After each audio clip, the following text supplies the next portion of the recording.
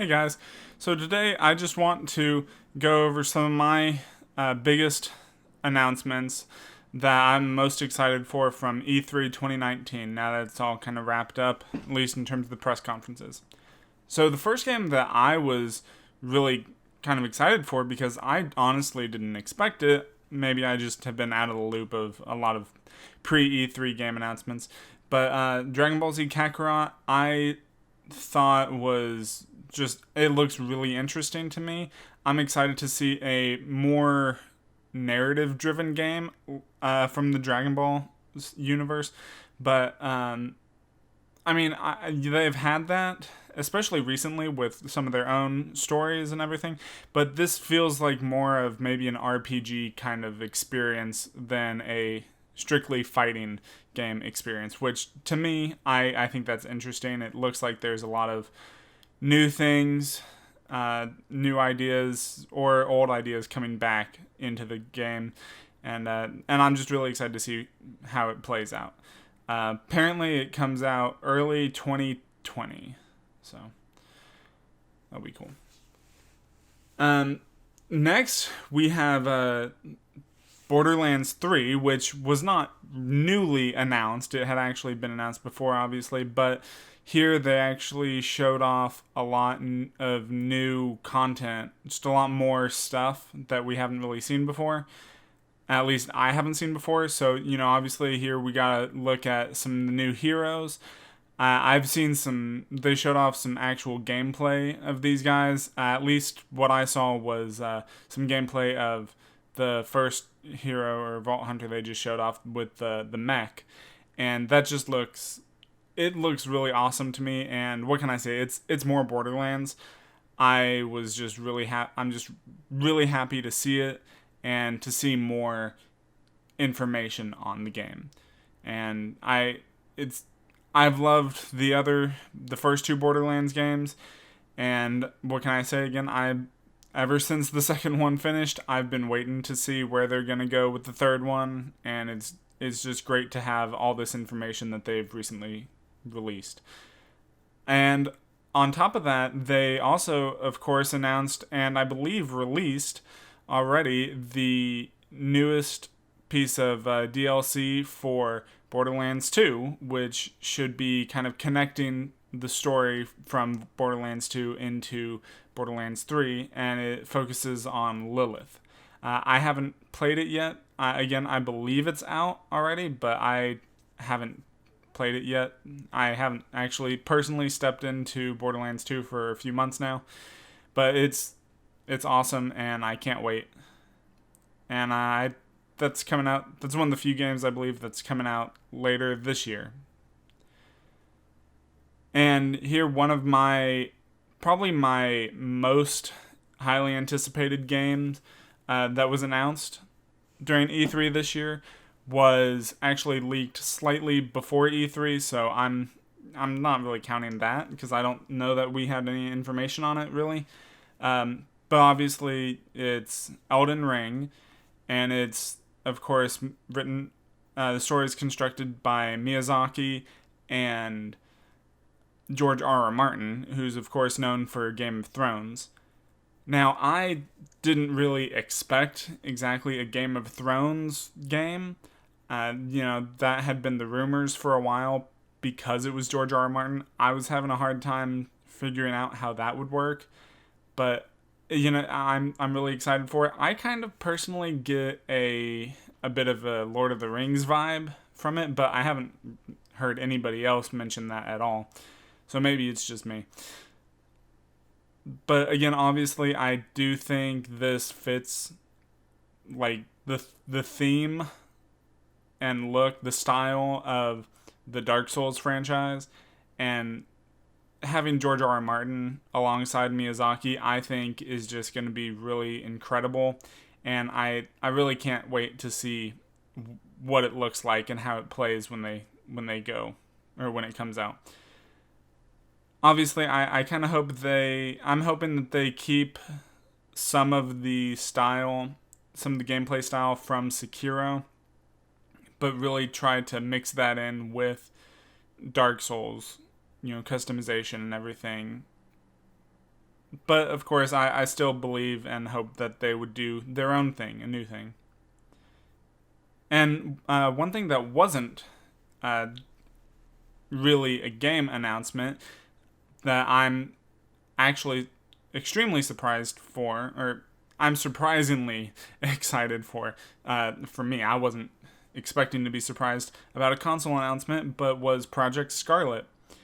It looks like they're putting a lot of work into making this a very game focused console, which is not really what they did with the Xbox One, in my opinion. And it may not even just be my opinion, it may just be fact.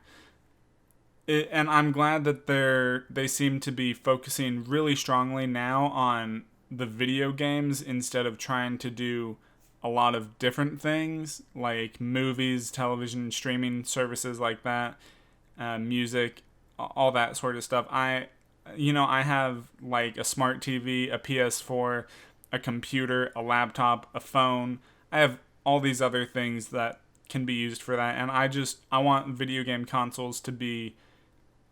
I want them to focus more on creating a better video game experience. Something that just works smoothly with less interruptions and can perform better. And I think at least that's what they're talking about aiming for with this. And that's what I hope they will deliver. And I'm rather optimistic about it. So Project Scarlet, I'm excited for when that comes out. This game actually was very surprising to me. Well, maybe not surprising, just I guess unexpected because it was a new IP.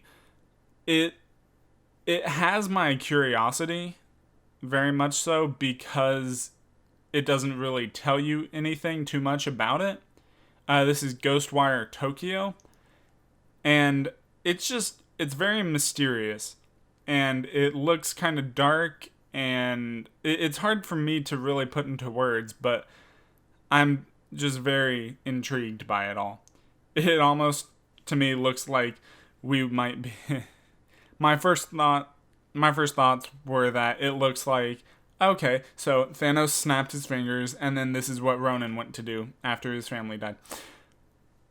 So, obviously I'm assuming obviously, that's not what this actually is, but still looks very unique and interesting. Also, if I were to relate it to another game, another common, recent game, modern game, I guess, is, in a lot of ways, it sort of reminds me of how I felt when Death Stranding was first announced. That trailer, just kind of the weird aspect of it, and of course the sort of Japanese type thing, even though Death Stranding wasn't heavily reliant on that.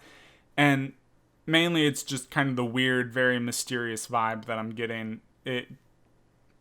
I personally kind of saw a little bit of connection that in my head. So I'm excited for it. I don't really know what it is, but hopefully it'll be really cool and very unique. Next, we got this game that I'm super excited for.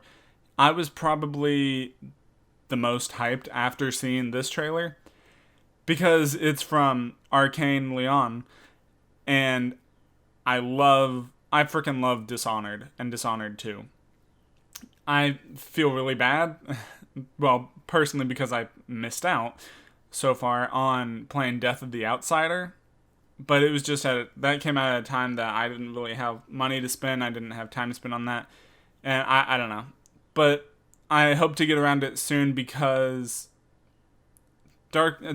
Dishonored is one of my favorite games. It's one of my favorite franchises, and being that this is from the same studio, it just gets me super hyped. And again, it's one of these things that just looks awesome and very mysterious, and there's not a lot of explanation to it.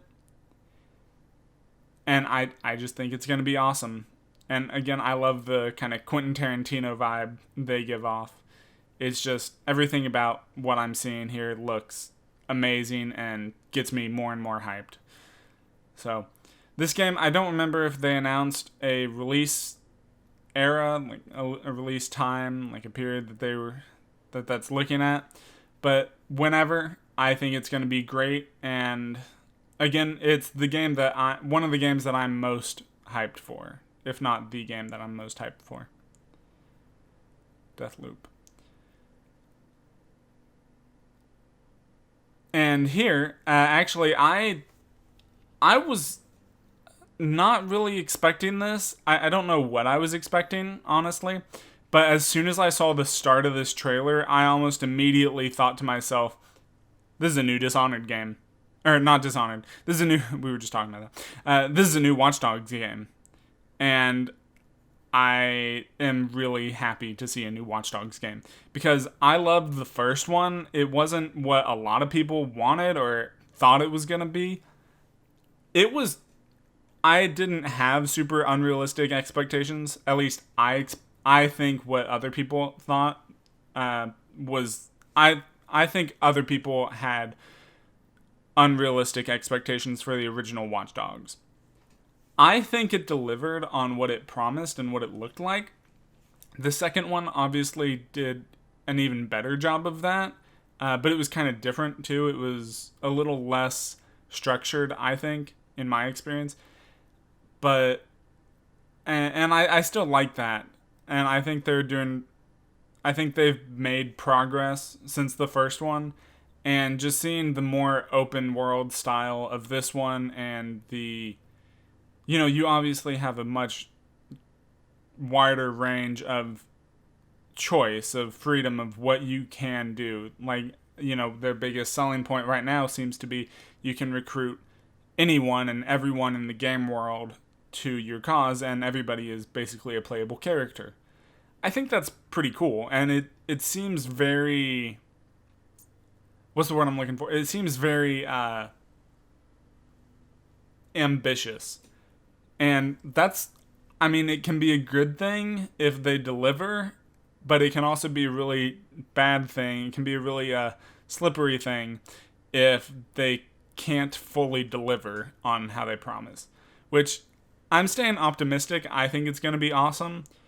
I think it's going to deliver. But my concerns largely right now are coming from how the community is going to handle things. I feel like a lot of things might be, people might have more unrealistic expectations even based on what we've seen, but I'm excited for it and I think it's going to be great.